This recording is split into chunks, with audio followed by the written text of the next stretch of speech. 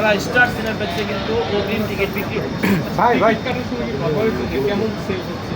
Sell ticket অনেকক্ষণ ভাই, অনেক 2 ঘন্টা পরে টিকিট পেলাম। অলরেডি টিকিট শুনেছি যে 300-400 বিক্রি হয়ে গেছে অলরেডি। 300-400 অলরেডি বুকিং হয়ে গেছে। ও নিল ওর বান্ধবী যে দেখবে, আর আমি 5টা নিলাম কারণ আমার ফ্যামিলি নিয়ে দেখবে সিনেমাটা। যেহেতু বন্ধুবান্ধব এবং শুভাকাঙ্ক্ষী, যেহেতু মিডিয়ায় কাজ করি আমি, এবং মিডিয়া যারা রিলেটিভ যারা সবাই অবশ্য নতুনদের সুযোগ দেওয়া উচিত, এবং নতুনদের সিনেমা অবশ্যই এভাবে হলে গিয়ে টিকিট কেটে দেখা উচিত। না হলে কিন্তু নতুনরা উৎসাহ পাবে না। কারণ আমাদের সাকিব ভাই এবং যারা আছে তারা তো এখন স্টার হয়ে গেছে। এখন নতুন যারা আছে তারা যদি সুযোগ না পায়, হ্যাঁ, তাহলে তো নতুন মানেই ভালো কিছু।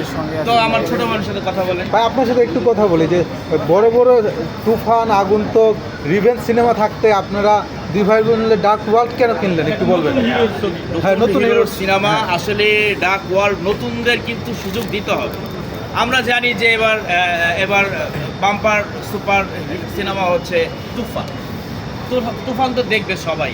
তো সবাই যদি তুফান দেখে তাহলে ডার্ক ওয়ার্ল্ডও দেখতে হবে, কারণ নবাগত এবং যেই ছেলেটা এই সিনেমাটা করেছে সেও কিন্তু একজন সাকিব ভাইকে ভালোবেসে কিন্তু হিরো হওয়ার স্বপ্ন দেখেছে এবং হিরো হয়েছে। উনি একজন সাকিবিয়া।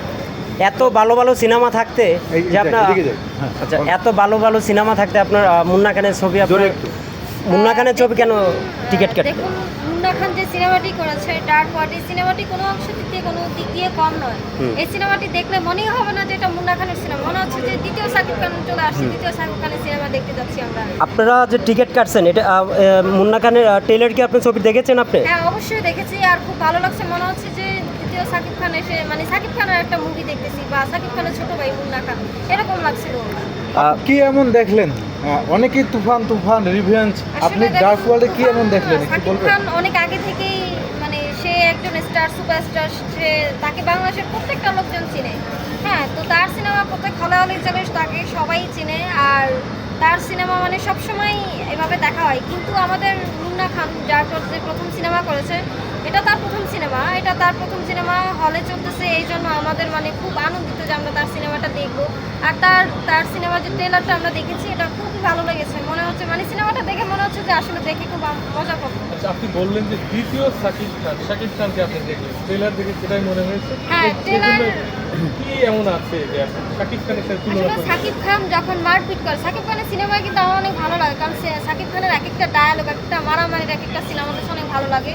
তো ওরকম মানে ট্রেলারটা দেখে মনে হচ্ছে যে মানে মারামারি, তারপরে ডায়ালগগুলো আমার সাকিব খানের মতো মনে হচ্ছে, যে এই জন্যই এই কথা। কেমন মনে হচ্ছে সিনেমাটা, কেমন সাড়া পেতে? সিনেমাটা